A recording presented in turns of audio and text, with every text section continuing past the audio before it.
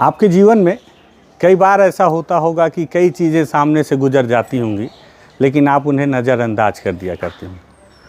कई बार कई घटनाएं हो जाती होंगी, कई बार बहुत बारीक चीज़ें जो आपके सामने से गुजरती है लेकिन आप देख नहीं पाते होंगे। लेकिन आज मैं आपको एक ऐसे शख्स से मुलाकात कराऊंगा जो उन बारीक चीज़ों पे नज़र करके आपको जीवन जीने की एक नई राह दिखाते हैं। जैसे उदाहरण के तौर पे कभी आपने सोचा कि आपके दीवार में एक खिड़की भी रहती है? नहीं सोचा होगा, लेकिन उस शख्स ने सोचा कि दीवार में खिड़की होती नहीं, दीवार पे खिड़की रहती है। कभी आपने सोचा, चूँकि मैं बस्तर टॉकीज़ पे बातचीत कर रहा हूँ तो बस्तर से भी कुछ जुड़ा है। कभी आपने सोचा कि बस्तर के गांव की एक लड़की जंगल जाने से नहीं डरती, लेकिन गीदम जो बहुत बड़ा बाज़ार हुआ करता था उस बाज़ार जाने से डरती। इन सारी चीज़ों को अपनी कविताओं में, अपने लेखन में समावेश करने वाले बहुत खूबसूरत इंसान आज बस्तर टॉकीज़ में। ये बस्तर टॉकीज़ के लिए सौभाग्य का समय। नमस्कार, मैं विकास तिवारी हूँ और आप बस्तर टॉकीज़ देख रहे हैं। दरअसल आज बस्तर टॉकीज़ में हमारे साथ बहुत खूबसूरत इंसान विनोद कुमार शुक्ल जी हैं। सर, आपका बहुत बहुत स्वागत, प्रणाम स्वीकार करें जी।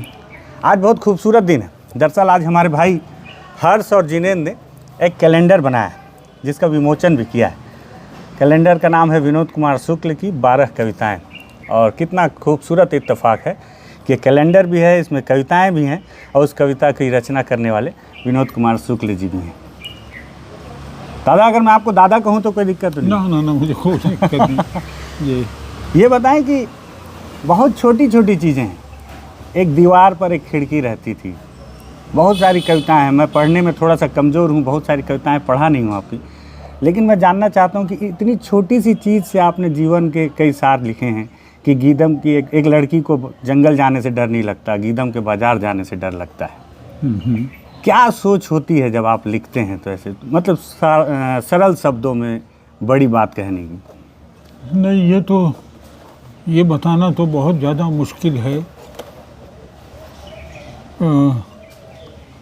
जब ज़िंदगी को जीते रहते हैं तो दरअसल हम समय में जीते हैं, और समय जो है बहुत विराट होता है। हम ये कह सकते हैं कि इस विराट समय में पूरा संसार है। अब हम कहीं भी रहें, किसी भी कोने में रहें, समय हमारा पीछा नहीं छोड़ता है, और इसी का नाम ही ज़िंदगी है। ये न मालूम कितनी घटनाएं होती हैं, कुछ की जानकारी होती है, कुछ की नहीं होती, लेकिन हमारी ज़िंदगी में जो सबसे गहरा जो अनुभव है अपने लोगों की समीपता का, ये काम समय ने खुद किया है।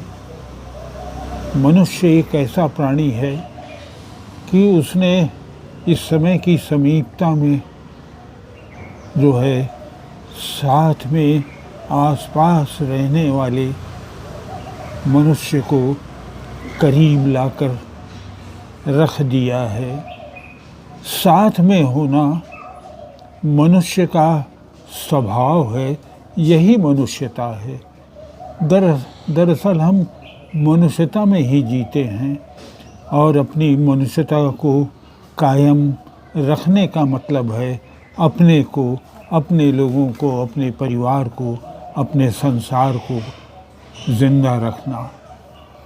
अगर मैं चाहूँ जी, मैं चाहता हूँ कि आप अपनी सबसे खूबसूरत, जो आपको लगे कि एक कविता जो आपको सबसे ज़्यादा खूबसूरत लगती हो, अगर एक आध कविता हमें सुना दें तो मैं एक कैलेंडर का विमोचन इन्होंने जो आज मुझसे करवाया है, उसी में से मैं एक कविता पढ़ देता हूँ। कविता मुझे याद रहती नहीं है। हाँ।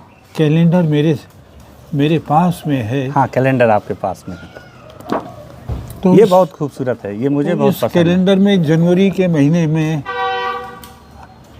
जनवरी के दिन जो आज की तारीख है, उस तारीख देखिए, मैं अपनी एक कविता जो बहुत पहले लिखी थी वही मैं पढ़कर सुना देता हूँ। हताशा से एक व्यक्ति बैठ गया था। व्यक्ति को मैं नहीं जानता था, हताशा को जानता था।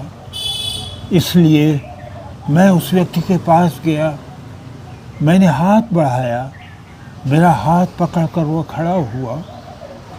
मुझे वो नहीं जानता था। हम दोनों साथ चले, दोनों एक दूसरे को नहीं जानते थे, साथ चलने को जानते थे। ये कविता मैंने आपको ये जो कविता है, इस कविता में सब इतने आसान शब्द हैं और इतना बड़ा अर्थ है। पूरी दुनिया जो आज दिन भर दौड़ती है, सुबह से लेकर रात तक, रात से लेकर फिर सुबह तक, अपने लक्ष्य तक नहीं पहुंच पाती, हताश ज़्यादा हो जाती। तो ऐसे में एक कविता आपके मन में क्यों आई? क्या देखा, क्या आपने भी देखा कि क्या वाकई में लोग हताश ज़्यादा? क्यों नहीं, ये तो प्रत्येक की मनुष्य ही एकमात्र ऐसा प्राणी है जो सुख दुख पर सोच सकता है, उसको दूर करने की कोशिश करता है, उसको विश्लेषित करके उसमें जो बुद्धि का उपयोग करके, जो और किसी भी प्राणी में नहीं है। केवल मनुष्य ही एकमात्र प्राणी है। और ऐसा लगता है कि अगर कहीं जगत है तो इस जगत में मनुष्य केवल इसलिए है कि वही इस जगत में सब कुछ कर सकता है। मैं तो ये कहूँगा कि वही जगत का पालनहार है। लेकिन जो है वही मनुष्य का अगर कहीं अपने स्वभाव में मनुष्यता को वो भूल जाता है तो संसार का संहार करने वाला भी वही है। अब चाहे इसे ईश्वर ने बनाया समझ लीजिए, या मनुष्य खुद इस तरह है कि जो कुछ है वो वही है, वही पालनहार, वही इस संसार का संहारक वही है। वही, हाँ, वही है। पहली कविता कब लिखी थी आपने? हाँ, ये तो याद है क्या? वो तो बचपन में लिखी थी। बचपन में ही? हाँ, अच्छा। बचपन में लिखी थी। एक घर में वातावरण था, बड़े भाई भी लिखते थे। चचेरे बड़े भाई के मैंने अपने बचपने में छपी हुई किताब, कविताओं की किताब मैंने देखी थी। जो है उनको हम लोग बड़े भैया कहते थे। उनका नाम भगवती प्रसाद शुक्ल था। मैंने सुना है उनका। हाँ। तो आप बचपन से ही कविता लिखना? हाँ, बचपन से ही। क्या प्रभाव लेकिन वो पड़ता है कविता थी कि नहीं थी उसको कौन जानता है। लेकिन आपने लिखने की कोशिश। लिखने की कोशिश थी। एक कविता का समाज में क्या प्रभाव पड़ता होगा? हाँ, एक कविता का समाज में क्या प्रभाव पड़ता ये होगा? मैं नहीं जानता। अच्छा। ये सामाजिकता एक बहुत व्यापक चीज़ है। अगर कहीं कविता का जैसे कि सुख दुख में होता है कि हम एक दूसरे से कहते सुनते हैं, उसी तरह कविता की शुरुआत हुई। पहले तो छपाई वपाई तो होती ही नहीं थी। एक दूसरे को अपनी बात कहते थे। कहने का तरीका अलग अलग होता था, जो समय पर बदलता रहता था।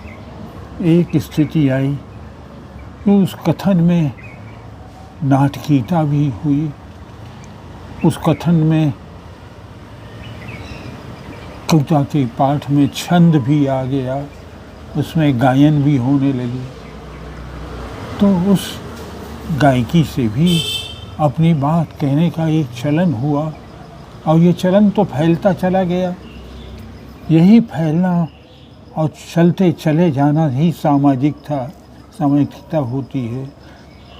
जो इसे फैलाता था, कहाँ तक बात उसकी फैली ये वो नहीं जानता, लेकिन ये सिलसिला पास की दुनिया से एक मनुष्य से होकर दूसरे मनुष्य के बीच होती हुई दूर के मनुष्य तक भी पहुंची। दादा बस्तर से आया हूँ। हाँ, मैं बस्तर से आया हूँ। क्या चीज़? बस्तर से मैं आया हूँ। हाँ हाँ। और एक लाइन आपकी जो है वो मुझे बहुत बार प्रभावित भी की और मैंने उसे समझने की कोशिश भी की। हाँ हाँ। कई बार मैंने इसे देखा भी। आपने एक पंक्ति लिखी है कि एक लड़की को बस्तर की गीदम की एक लड़की को जंगल जाने से डर नहीं लगता, हाँ हाँ। बाजार जाने से डर लगता हाँ है। हाँ। तो ये कैसे महसूस हुआ आपको? ये तो वैसे मैं बस्तर गया हूँ और गीदम के बाज़ार भी गया हूँ, लेकिन मनुष्य की सामाजिकता में, जैसा मैंने इसके पहले आपसे कहा था, हम एक दूसरे के सुख दुख की वजह से नज़दीक होते हैं।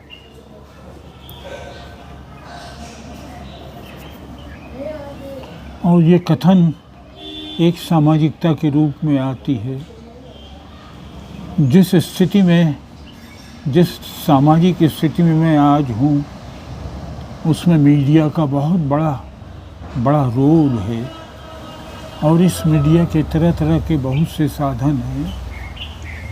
मैं बस्तर के आदिवासियों के बारे में मैं नहीं भी गया होता, उसके पहले से मैं उनके बारे में, उनकी ज़िंदगी के बारे में, प्रकृति के साथ उनकी नज़दीकियों के बारे में, पेड़ से उनके संबंधों के बारे में, उनके आपसी संबंधों के बारे में कि वो कैसे रहते होंगे, उनकी क्या सामाजिकता है, उनकी सामाजिकता में ये घोटुल क्या है, ये घोटुल कितना है और कैसा है, और उसमें वो अपनी सामाजिकता को कैसे प्रकृति के सबसे नज़दीक अपने को संरक्षित रखते होंगे और एक सभ्य दुनिया से अलग थलग प्रकृति के सबसे नज़दीक जंगल के बीच पेड़ों के साथ पारिवारिक संबंध बिताते हुए कैसे रखते होंगे। इस सब तरह की चीज़ें की कल्पना और उसके यथार्थ को हम महसूस करने लगते हैं और उस यथार्थ को महसूस करते रहें, उसमें कितनी भी काल्पनिकता हो, लेकिन उसमें एक सच्चाई की एक उपस्थिति भी उभरती चली आती है, जो हमको बीच बीच में इस बात से सजग और चौकन्नी भी करती रहती है। तो मैंने ये महसूस किया कि एक आदिवासी लड़की को जंगल में, क्योंकि वो प्रकृति के नज़दीक होती है, जंगली जानवरों से, बाघ चीते से उतना डर नहीं लगता होगा जितना एक जंगल से दूर एक सभ्य मनुष्य से लग सकता होगा। और इस बात को मैंने महसूस किया। दादा आपने बहुत सारी किताबें लिखी हैं, कौन सी ऐसी किताबें हैं जिसको लगता है कि समाज को पढ़ना चाहिए, इसे एक बार तो पढ़ना चाहिए? हाँ, ये लेखक क्या बताएगा ये? हाँ, ये तो पाठक ही तय करते हैं। हाँ, कि कौन सी किताब? हाँ, ये पाठक ही तय करते हैं। प्रकाशक और पाठक के बीच एक संबंध होता है कि वो पाठकों तक लेखक की रचना को किस तरह और कैसे पहुंचाता है। ये संबंध एक मिठास का संबंध होना चाहिए और एक पारिवारिक संबंध जैसा होना चाहिए और एक दूसरे के संबंधों को, आंतरिक संबंधों को सामाजिकता के साथ में जो पाठकों के साथ बनती है उसको निखारने की कोशिश करनी चाहिए। आप बचपन से लिख रहे हैं, आपने कहा कि बचपन से आपने कविताएं लिखनी शुरू की हैं।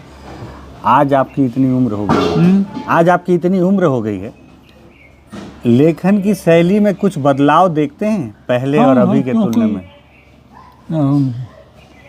उसी तरह का बदलाव